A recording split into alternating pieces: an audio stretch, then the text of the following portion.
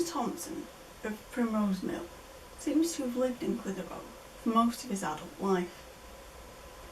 An article of reminiscences about the town of Clitheroe that was printed about 26 years after James died noted that in later life he was struck down with some dreadful illness in his legs which deprived him of that immense personal activity which had been his former characteristic.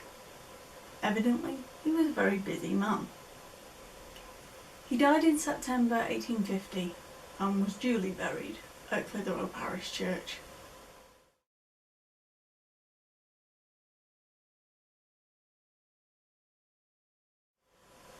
By 1861, his widow Cecilia lived at Littlemore, a fairly short walk from Primrose Mill. She survived James by another 20 years, and her burial record, dated the 3rd of November 1871, gave her age as 85, which matches the 1786 baptism record that I found previously in Blackburn. Remarkably, when Cecilia died, her obituary in the Preston Herald noted that she survived not only James but also all of their children. Two of the girls, Jane and Cecilia Jr., both died of consumption, Cecilia in Leamington Spa and Jane in 1828 in Madeira. Anne Thompson survived until the 13th of October 1863, when her obituary in the Manchester Courier and Lancashire General Advertiser said that she died in Marseille in France. For a family based in Clitheroe, the Thompsons really did get around the world.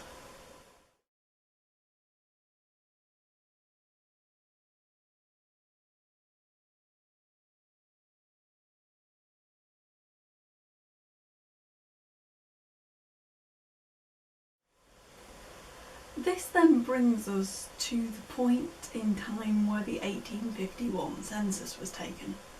The sons of James and Cecilia were still in Clitheroe, and they of course had taken over the business. The census suggests that son Henry was in partnership with not just his brother Edward, but also a cousin, William Thompson, then aged 21, who the census said had been born in Manchester. So Primrose Mill is definitely in the hands of a new generation here. Maybe we should look at the census record a bit more closely.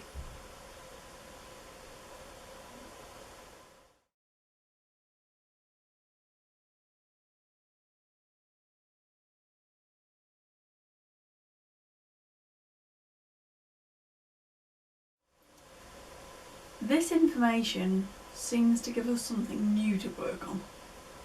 Logic tells us their father James Thompson must have had at least one brother, and a search of the Lancashire Online Parish Clerk's website showed one interesting result for a church at Hume near Manchester, which very closely matches the details for cousin William.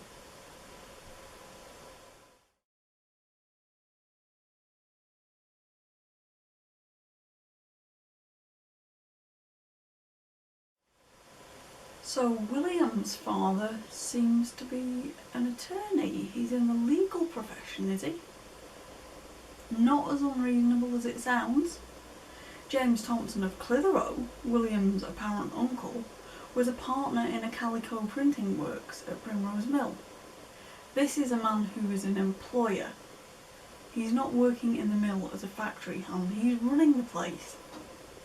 Which sort of implies, knowing what you may know about the textile industry in Lancashire at this point in history, this is strongly suggesting that James Thompson has got quite a lot of money. So it makes total sense to me that he might well have had a brother who was able to train in the legal profession. The legal profession is more lucrative, I would guess, in today's terms than it would have been 200 years ago, but even so, this John Thompson of Hume has got a relatively respectable job. And by taking these parish registers that I was starting to find and cross-referencing them with various newspaper announcements, I was able to confirm that John Thompson, the attorney, had married Sophia Humphreys. But what was really interesting now is that the wedding took place nowhere near Manchester.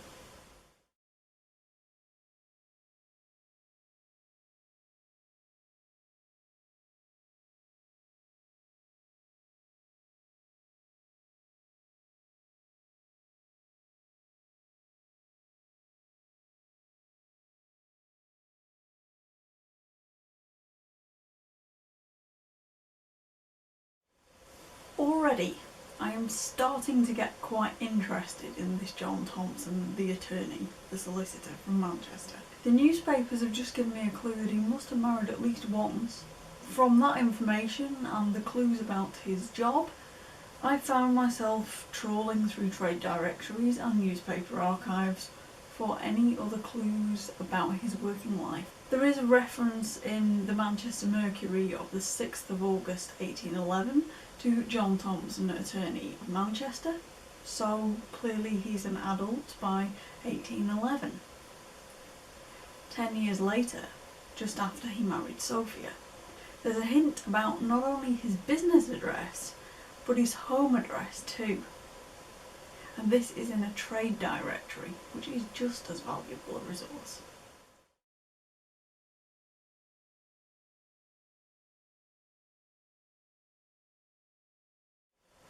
You may have noticed that the parish register for John Thompson and Sophia Humphreys' marriage in Lancaster in May of 1820 carefully stated that the bridegroom was a widower.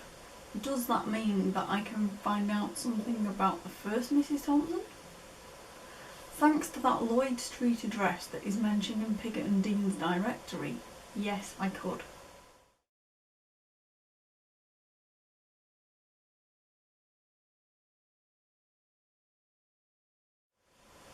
Once more, when you take that information from the parish registers and you cross-reference it with the newspaper obituaries, the information comes together really quite nicely.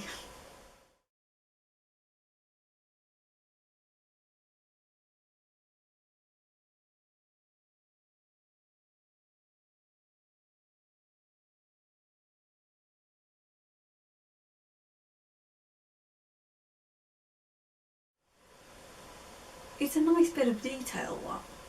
Not only do we confirm that Martha is indeed the wife of John Thompson, we even learn that she dies on a Saturday morning. You're not going to get that in the parish register, usually. Martha and John probably had 3 children. John Kershaw Thompson in 1807 and Margaret Elizabeth in 1811 were baptised at the Unitarian Church in Manchester, whilst Martha Jr. was christened in 1812 in Blakely, spelt Blackley but pronounced Blakely, so they say. As a young adult, John Jr. went into partnership with his father. But by August of 1835, a newspaper announcement suggested that their joint venture as attorneys at law and solicitors was being dissolved. Interesting turn of events here. At this stage, I didn't really know too much about John Thompson Sr., the attorney. His brother James, our calico printer from Clitheroe, was born in about 1778, and his own son, John Kershaw Thompson, that is, John the son of John, had been born in 1807. So it's quite reasonable to suppose that John Sr. was probably born in the 1780s. I could not find John Sr. on the 1841 census. And it would be the obituary for his son John Kershaw Thompson that revealed why.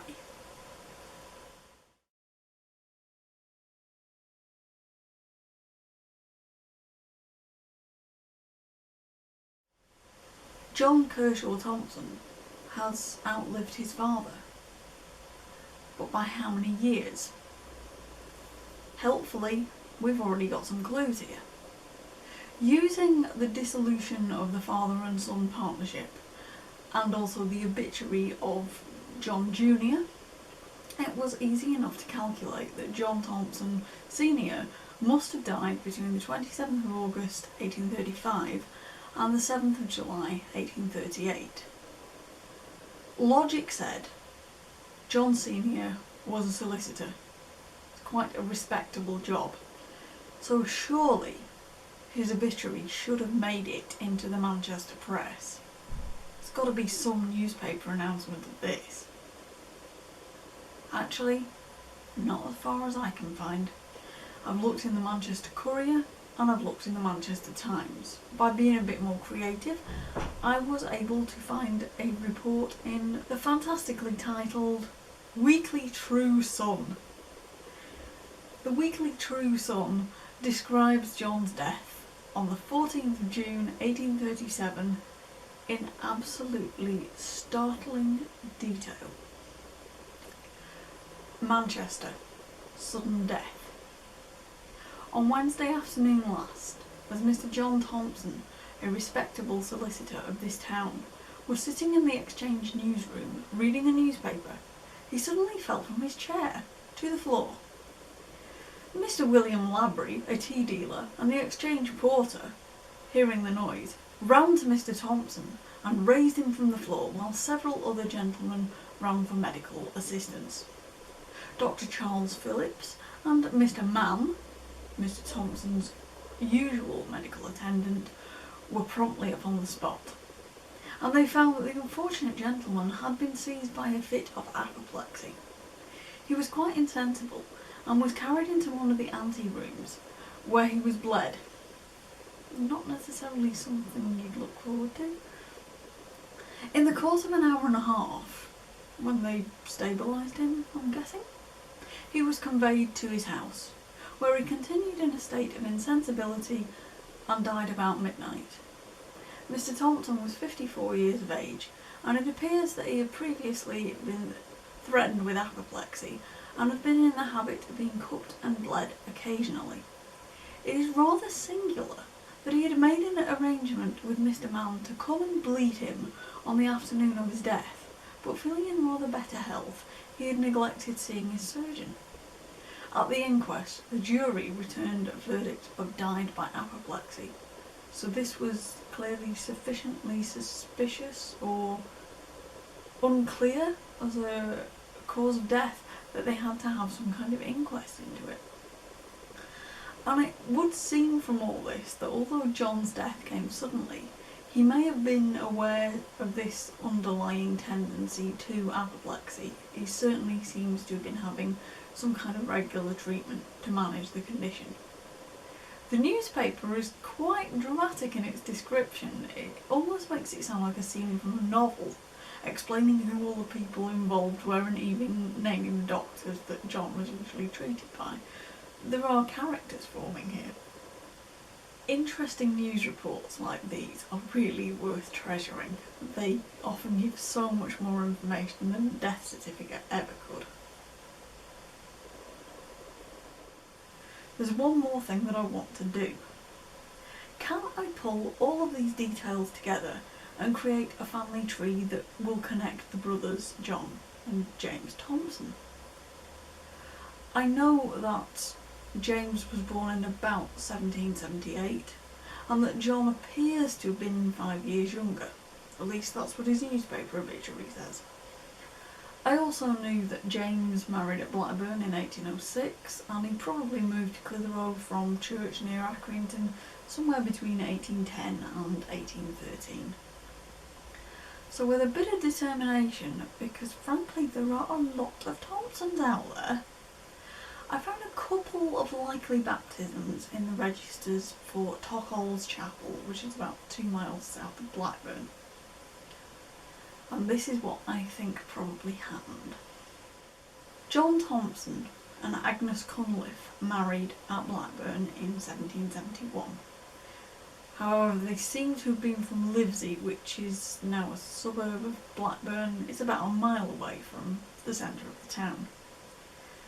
And over the next 12 years they had a daughter and definitely 3 sons baptised at Tockholes, including James in 1778. And we're presuming John is born around 1783-84. I'll come back to him in a minute.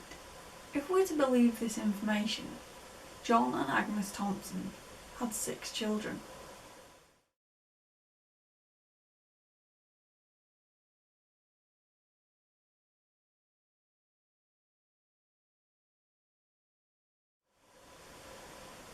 I managed to find baptisms for the first 5, but the youngest child, John, was mysteriously missing.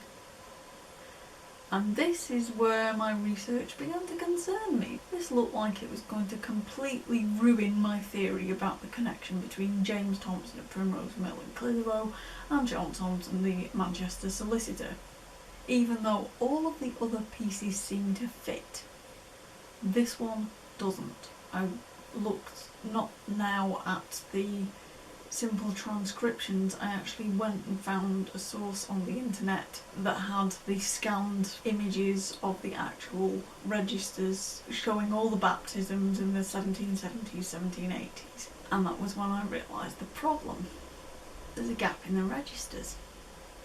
The baptisms go from the 16th of December 1781 to a handful in 1783, and then it jumps forward to 1784. And that patchy era is exactly the point in time when John Thompson, the Manchester attorney, should have been born. Fortunately, there was one other resource that I could turn to. This is where you have to start thinking beyond the realms of the usual records. On the 8th of June 1783, Agnes, the wife of John Thompson, as it's spelt, so it's probably misspelling of Thompson, of Livesey, was churched at St Stephen's Church at Tockholes. That's where all the other children were christened, so it all matches up. So if she's been churched, churching is the Thanksgiving service for surviving childbirth, essentially, which I think I've covered in 1 or 2 of my other videos. In June of 1783, Agnes Thompson had to have recently given birth, probably within the previous month. And sure enough, there is a cross-reference bit on that record that notes that the name of the baby was John. Although I haven't found a christening for John, I have found other evidence to support his approximate date of birth, which I think sort of proves that sometimes you have to be a bit creative with your family history research. And it's there I am going to draw the story of Thompson's to a hopefully nice, neat conclusion, because I think that really tells their story from where they came from to how they got to Clitheroe, how they got to Manchester and beyond. Thanks for listening.